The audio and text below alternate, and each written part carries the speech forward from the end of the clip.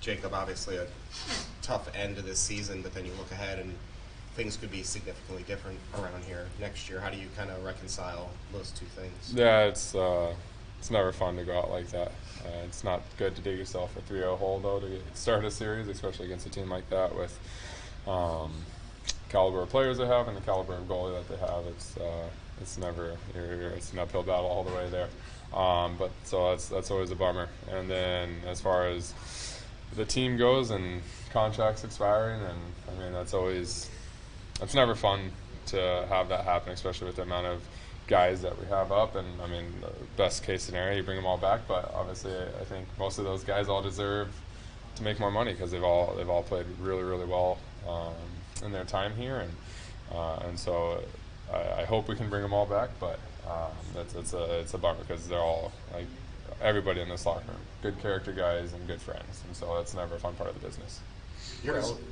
What's the pitch that you make to people that you feel like you probably want everyone to come back, but what's the pitch you make to your players that have their contracts up to come back? I mean, what is the argument you make? I don't think there's any pitch that needs to be made. They've been here, they've played here, they know what this team's about, they know what this city is about, they know what this locker room is about, and so I don't think there's a pitch that needs to be made as much as it is like they want to be back here, right? And so it's just you can't pay everybody, especially with how much guys deserve to be paid. And so, like I said, they all played extremely well and deserve pay raises. So it's like I said, it's a busy summer for the team. Speaking of people and getting paid, you're eligible for an extension.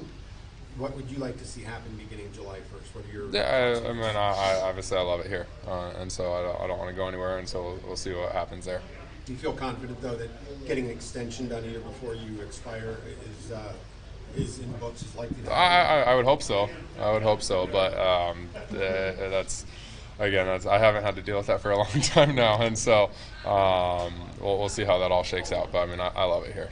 Would you take a discount, just kind of deal, maybe to help save value for the front office to be able to bring more pieces back? We'll see what shakes out with that. I mean, I love it here. My family's here. My roots are. I mean, obviously not from here, but I mean we've settled roots here, and so I think it's going to be fair for both sides.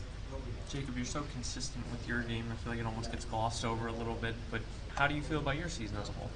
I think it was a normal season. Wasn't, like you said, it wasn't anything special. But at the same time, I mean, I like to play a consistent game and obviously give God all the glory through the ups and the downs. The times I play well and the times I don't. So I mean, overall, it was a fine season. It was playoffs. You always wish you could have done this better, you could have done that better. But I mean, as a whole, I think it was fine.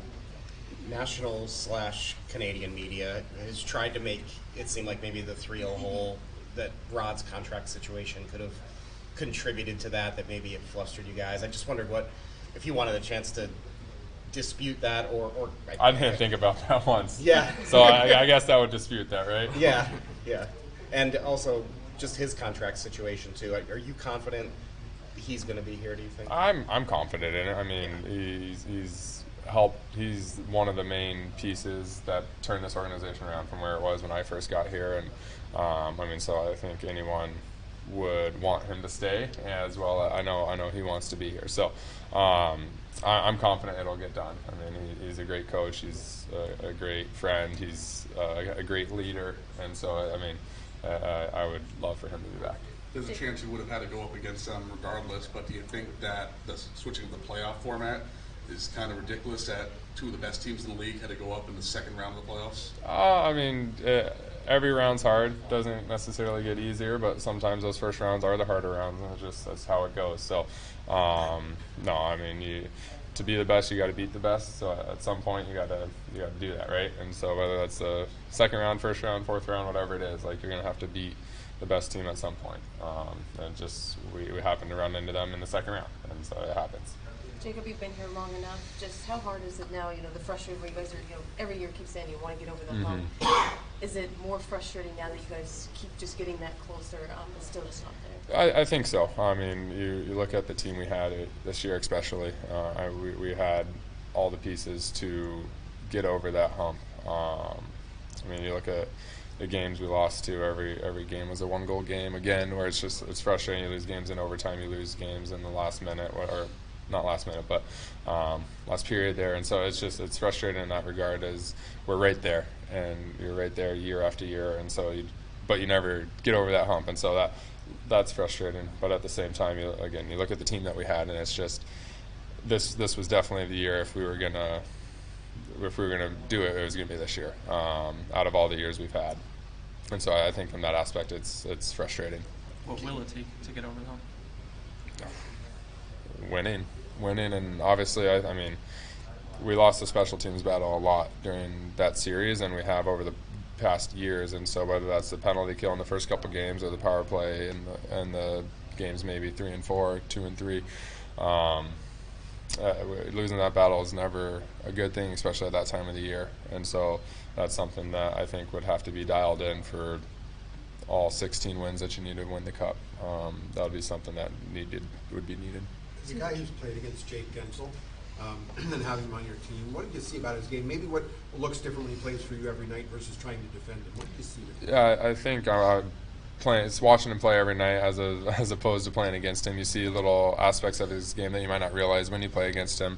I think one of the biggest things for me was just how grindy he really is as a player. He's not afraid to go into the corners and battle hard. And I guess when you play against him, you don't notice that as much because you're worried about him, you're worried about Sage, you're worried about a couple other guys scoring. And so from being able to watch him now, it was nice to see how competitive he is and just how much he doesn't mind getting into those dirty areas. Can you tap into Kuzi and Orlov as two guys who heard for quite a few years, like, oh, you don't have what it takes to get over the hump, and obviously they did in Washington. Can you tap into that and use them as a resource to what do we need to do? Kuzi actually said it was easy. He said winning ended up being easy because everything was clicking.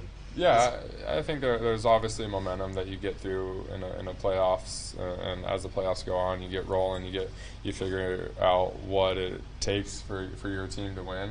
You can definitely always tap into that. The guys who have been there, guys who have done it. I mean, we got multiple cups in that locker room that we had this year, and so all those guys knew what it took. It's just a matter of executing it and a matter of getting it done. You're wearing your Fight for Freedom hat. What's the message to fans and the community that supported you? And how much money did you wind up raising? And have you seen any change yet in that regard? So we ended up raising over $1 million. And so I guess my biggest thanks would be just to the community that poured into it. Obviously, we were excited to bring that to the Raleigh community to help with that. We knew that this community is huge, a huge support system, and there's so many amazing people here. And so thank you to everyone who was able to help join the fight or even just understand what we were fighting against in that regard. So thank you to that. Obviously, God was faithful through that whole thing. There was moments probably early on we're like, oh man, we might not reach this goal at all, but then we ended up surpassing that $1 million goal, and it was awesome. It was a huge celebration there at the end of the year. And so it was really cool to see how it all came together. As to have we seen any change from it, IJM is going to be using that money to continue to combat sexual exploitation of children online in the Philippines. And so it's a long process, but they're doing really good work over there, and they've continued to do amazing work around the world. And so just being able to support an organization like that is bless you. Is awesome and really fun. Jacob, what have you learned from playing alongside Brent Burns and just obviously his lengthy career here? Very long career for sure. He's awesome. His love for the game is probably one of the highest I've ever seen. Like he's got Jagger, his 13-year-old kid, 12-year-old kid, whatever, who loves hockey, and I still think his dad might love it more. I mean, every day that guy, even when he shouldn't be skating, he's out on the ice skating, and so just his love for the game is really contagious, if you will. And then just little ins and outs of the game, the way he thinks the game, the way he sees the game is just it's fun to pick his brain, and just even how the game's evolved from the time he came into the league till now. And so it's cool to see and hear all the stories that he's had over the years is pretty cool, and the players he's been able to play with and learn from is special.